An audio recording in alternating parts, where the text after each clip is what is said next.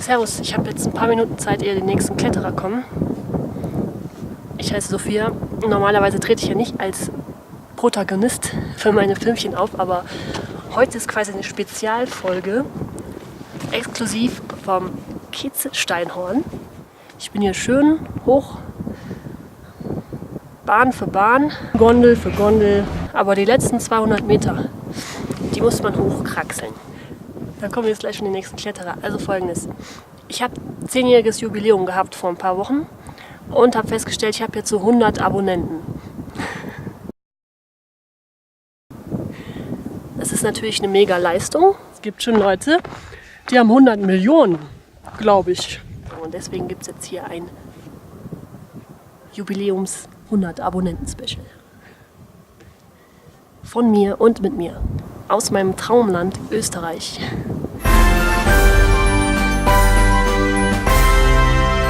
Ich glaube, das ist der Großglockner, aber sicher bin ich mir nicht.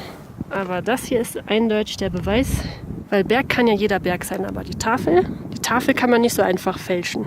3203 Meter. Und da bin ich hochgekraxelt.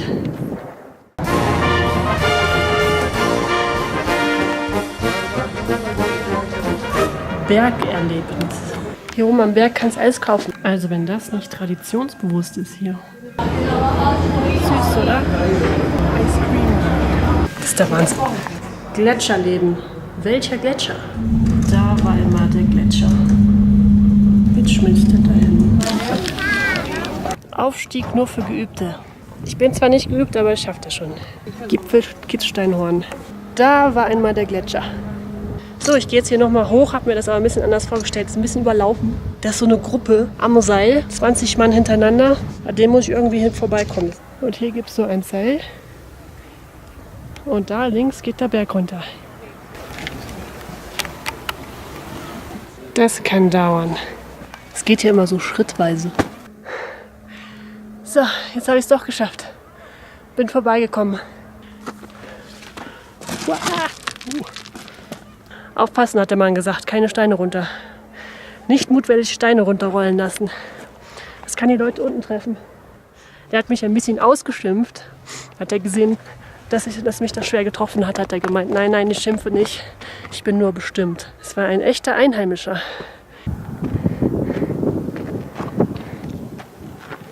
Dreitausender ist er 3000er. Das sind die ganzen Katarianer beim Schlittenfahren.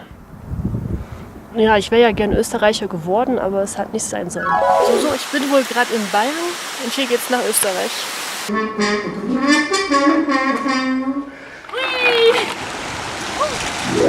Stattdessen bin ich jetzt Sachse. Oh. Ich bin Tourist. Ja. Ich würde sagen, geh mal wieder.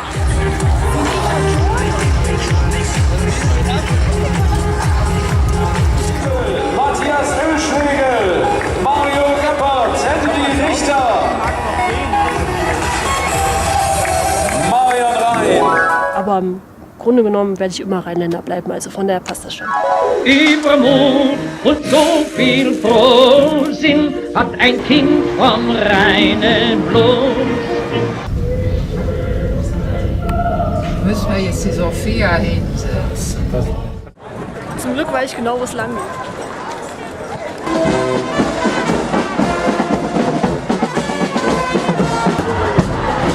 Ich muss das mal eben festhalten. Schokolade kann sie gar nicht kauen. Jetzt geht's. Prinzengarten-Schokolade.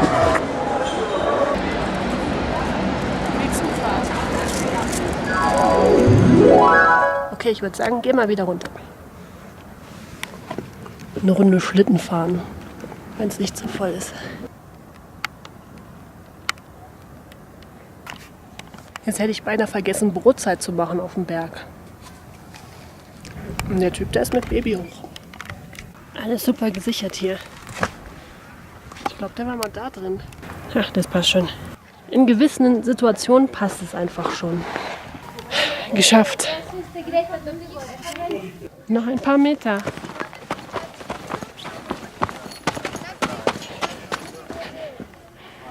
Da ist der Mann mit Baby. auf dem Rücken. Aber wenn man mit Rucksack raufgehen kann, kann man auch mit Baby auf dem Rücken raufgehen. Ich habe so viel gefilmt, auch schon auf der Hinfahrt. Ich weiß noch nicht genau, wie ich das zusammenschneide. Wird wahrscheinlich so ein Film, den keiner interessiert. Also kann ich es ja so machen, wie ich es will. Ich fahre jetzt mit dem Gletscher-Shuttle über den Gletscher. In Klammern denkste.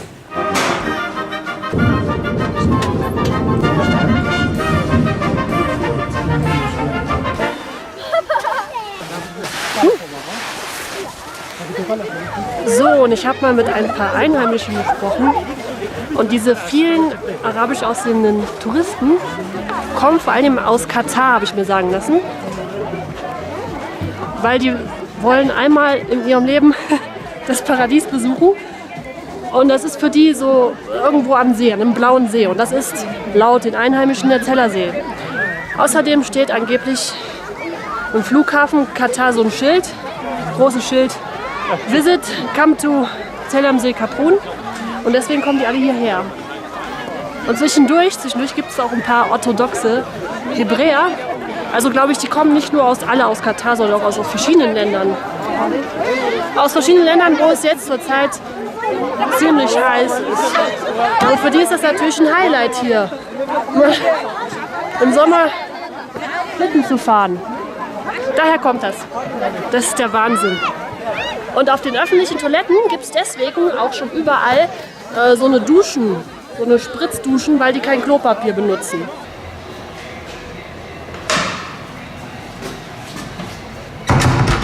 So, keine Ahnung, wie das funktioniert.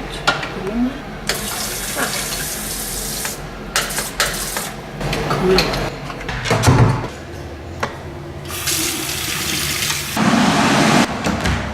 Ich hoffe mit der linken Hand, das war okay. Oh, ich stehe, glaube ich, voll auf der Piste drauf. Ich muss so weg.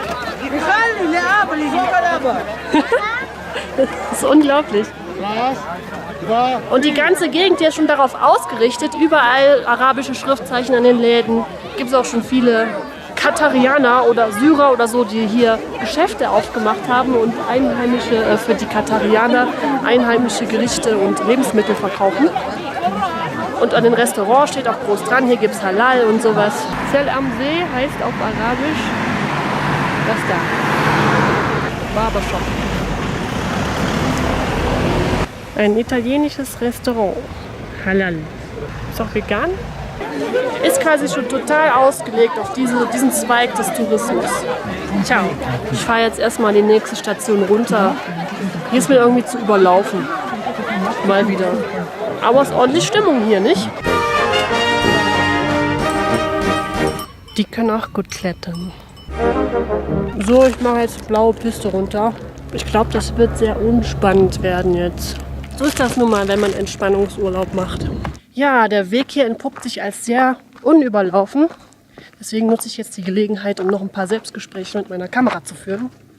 Ich habe noch was Nüsse zwischen den Zähnen. Ja, 100 Abonnenten in 10 Jahren. Das sind 10 Abonnenten pro Jahr. Ich muss mal eine kleine Statistik einfügen, wo die überhaupt herkommen.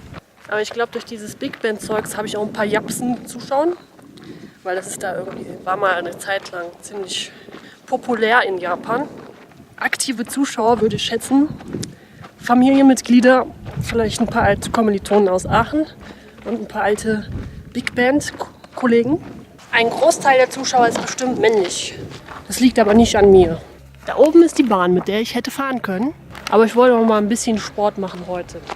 Tja, die Zeiten ändern sich. Früher haben sich immer alle gefreut über Big Band Aufnahmen. Jetzt war ich neulich noch mal in Aachen, habe noch mal gefilmt und dann musste ich das wieder runternehmen. War denen so peinlich. Früher habe ich auch einfach alle immer gefilmt und das dann hochgeladen, aber das kannst du heute nicht mehr machen. Datenschutzbestimmungen.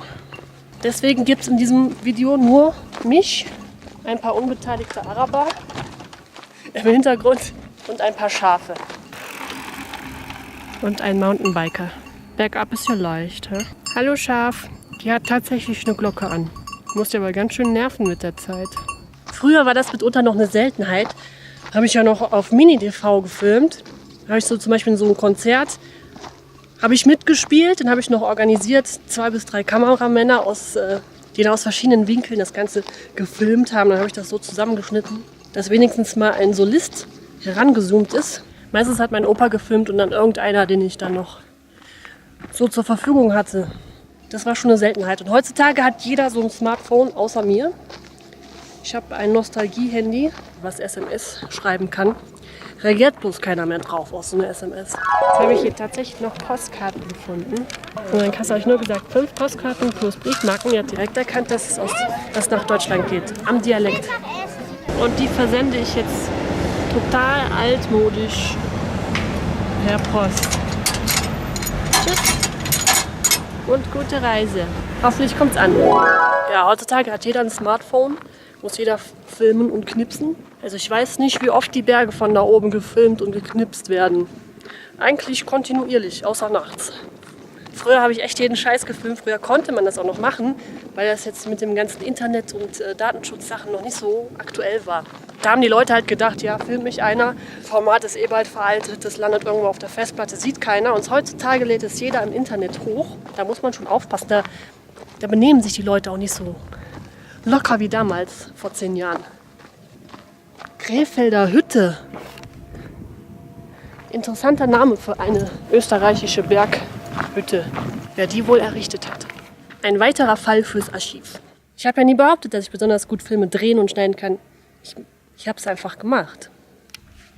Das ist ein Unterschied. Bis dahin muss ich noch wandern. Oft mache ich das mit dem Film ja nur für mich selbst, aber ist besonders schön, wenn es auch andere sehen. Das hier ist auch eine Top-Konstruktion. Und der ganze Berg, der ist so brüchig. Oh, passt schon. Ich glaube, der wird sonst einfach wegrollen. Wir sind jetzt oberhalb der Baumgrenze, aber noch unterhalb der Grasgrenze. So, es wird wieder mal Zeit für ein Kunststück. Ein Kunststück von und mit mir. Das war's. Sehr gut. Das ist wieder toll gemacht. Der hat mich gerade überholt. Und jetzt überholt er die Schafe. So ein echter Zeller. ZE. Was auch sehr schlimm geworden ist hier mit Videos und so, ist das Thema Werbung. Und mir ist gerade aufgefallen, dass ich hier die ganze Zeit Werbung für meine Rucksackmarke mache. Ja, eigentlich mache ich keine Werbung dafür, aber Markennennung oder Marken zeigen ist schon Werbung. Muss ich das ausblurren oder meine Haare davor machen, damit keiner sieht, was für einen schrottigen Rucksack ich habe. Der hat eine Tätowierung. Blau und rot. Männlein oder Weiblein. Oh, guck mal, wie süß. Und die geht bergauf. Erstaunlich, dass du nicht vom Auto überrollt wurdest eben. Hm? Man sieht sich. Gutes Kriechen. Oh. Ich gehe dann mal. Dort oben sehen wir die perfekte Cumuluswolke.